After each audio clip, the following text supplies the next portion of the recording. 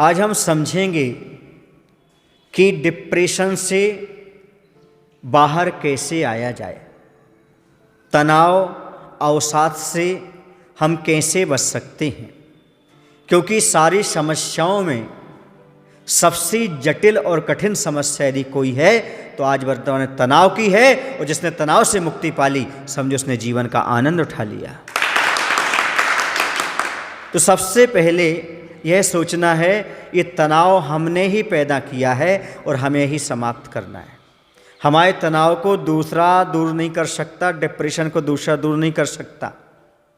पहला उपाय हमें ही करना है, ठान लीजिएगा कि इस तनाव से हमें निकलना है, अर्थात डिप्रेशन से बाहर निकलने की इच्छा दृढ़ पैदा करो, दृढ़ इच्छा पैदा करो कि हमें इस डिप्रेशन से बाहर निकलना है। दूसरा, जिस वजह से डिप्रेशन हुआ था उस वजह को खोज करके उससे दूरी बनाने का प्रयास करो, अर्थात उन उपायों, उन कारणों से बचने का उपाय खोजो। अगला तरीका है पॉजिटिव सोच विकसित करो, हमेशा सकारात्मक सोचो। सकारात्मक सोचने से आधा तनाव वहीं पर समाप्त हो जाता है। अगला उपाय है अपने आप को व्यस्त रखिएगा। जो व्यस्त रहते हैं वह स्वस्थ रहते हैं और हमेशा मस्त रहते हैं। उन्हें कभी कोई तनाव, कोई टेंशन छू नहीं पाता। अपने आप को कभी घटिया ना माने, किसी से तुलना ना करें। आप अपने आप में बहुत महत्वपूर्ण हैं। आप दुनिया में एक इंसान हो सकते हैं, पर किसी एक इंसान को आप पूरी दुनिया हो सकते हैं। इस बारे में आप ख्याल रखें। अपनी बात दूसरे शेयर करें। क्यों? क्योंकि मन का बोझ हल्का होता चला जाता है, और जब मन का बोझ हल्का होता है तनाव कम हो जाता है। अगली बात है अपने जीवन में सात्विकता अपनाएं, क्योंकि जीवन जितना सीधा सादा होगा जीवन में तनाव उतना आधा होगा। सात्विकता के माध्यम से हम तनाव से बच जाते हैं। अगला कारण है किसी से अपनी तुलना नहीं करना। जब तुलना करने बैठते हैं तब मन में कहीं ना कहीं से कोई ना कोई विकल्प पैदा होता है। इसलिए आप किसी से तुलना ना करें, आप अपने आप में पर्याप्त हैं ऐसा मान करके चलें। देखो, पक्षी कभी किसी से तुलना नहीं करते। मोर के पास सुंदर पंख हैं, उसका शरीर सुंदर है पर आवाज़ सुंदर नहीं है। देखिए, कोयल के पास आवाज़ सुंदर है लेकिन रंग सुंदर नहीं है शरीर का। लेकिन एक बात बता दूं आपको, पशुओं ने कभी तुलना नहीं की, इसलिए आज तक कभी किसी पशु ने आत्महत्या नहीं की।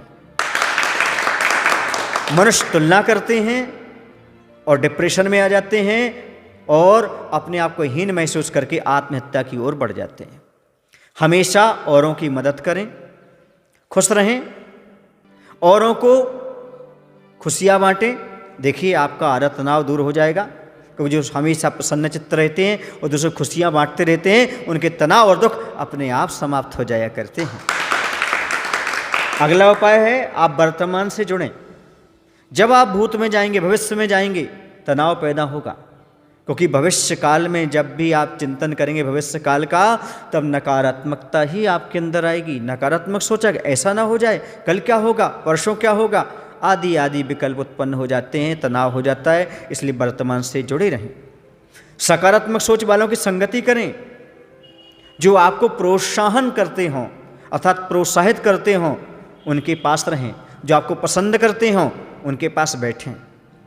सभी काम समय पर करें। जल्दी सोना, जल्दी जागना, खाना पीना, पढ़ना, ये सब व्यवस्थित करें और समय से करेंगे तो आपको कोई तनाव नहीं होगा। आधी बीमारी तो आदमी के अस्त व्यस्त जीवन के कारण है। समय पर खाता नहीं है, समय पर काम करता नहीं है और तनाव पैदा हो जाते हैं। और एक बात ध्यान रखना, जीवन में एक हार को कभी अंतिम हार ना माने। अरे हार गए आप तो क्या हो गया, अभी पूरा जीवन पड़ा है, कभी भी जीत हासिल कर सकते हो। इसके बाद मैं यह कार्य कर सकता हूं, ऐसा हमेशा सोचें। जल्दी किसी की बात को बुरा ना माने। अरे बुरा कह दिया, बुरा बना करके निस्वार्थ जीवन जिए। और अगली बात मैं कहना चाहता हूँ, किसी भी बात को दिल से ना लें। दिल से ले लेते हैं तो वह डिप्रेशन का कारण बन जाता है। बस डोंट माइंड इट।